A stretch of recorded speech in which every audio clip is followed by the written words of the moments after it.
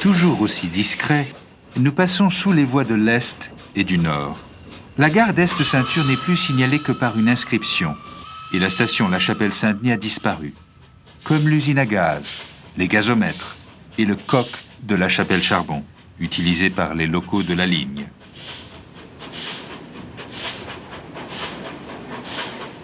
En 1892-93, le double raccordement à la gare du Nord permet d'en faire un terminus de la ceinture, supprimé en 1910 avec la concurrence du métro.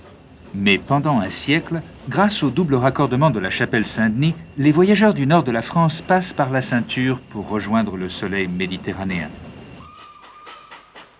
Redevenu le proche voisin du boulevard des Maréchaux, le train passe en tranchée dans le quartier encore hanté par la figure de Jacques Messrine. Ultime halte porte Clignancourt pour le môme de la rue Belliard.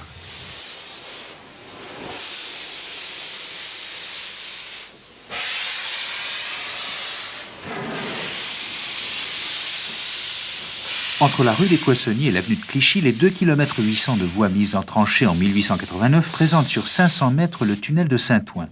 Un trottoir surélevé recouvre la voûte. Trottoir au nom local de talus, souvenir des fortifs, de leur talus bidonville et des trains populaires emmenés vers le Champ de Mars et la Tour Eiffel.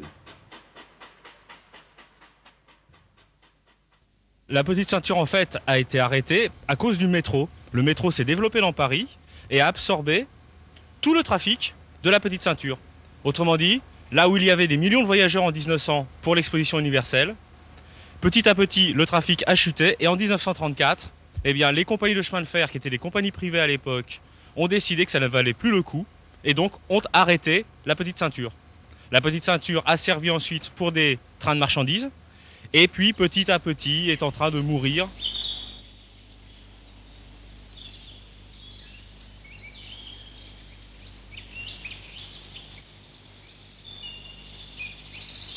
Et effectivement, le terrain intéresse beaucoup de monde, donc la tranchée a été couverte pour faire des parkings, des tennis, des parcs, parce que tout ça, c'est de l'argent.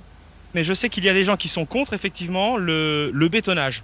Parce que l'on va passer tout à l'heure dans des endroits superbes, qui sont pleins de verdure, d'arbres, d'oiseaux, des endroits d'une grande quiétude.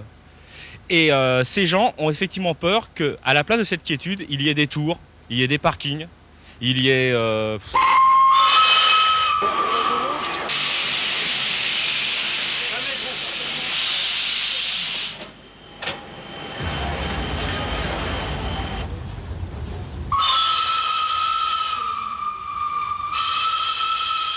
La ceinture a fait naître une ville. Avant, comme après la gare de Saint-Ouen, les grands immeubles construits entre 1900 et 1914 montent la garde le long de la ligne. Au chantier du chemin de fer ont succédé les grands travaux de la ville. Et avenue de Clichy, il n'y a plus de gare. Mais le RER Val-de-Montmorency invalide retrouve ici la ceinture avec sa station de liaison souterraine, Porte de Clichy. À l'évocation du nom Batignolles, l'histoire et la légende des chemins de fer se confondent. Là, tout a commencé, le trafic comme l'équipement. Les deux principales compagnies du syndicat de ceinture, l'Ouest-État, c'est-à-dire Saint-Lazare, et la Compagnie du Nord, fournissent les locomotives de la ceinture.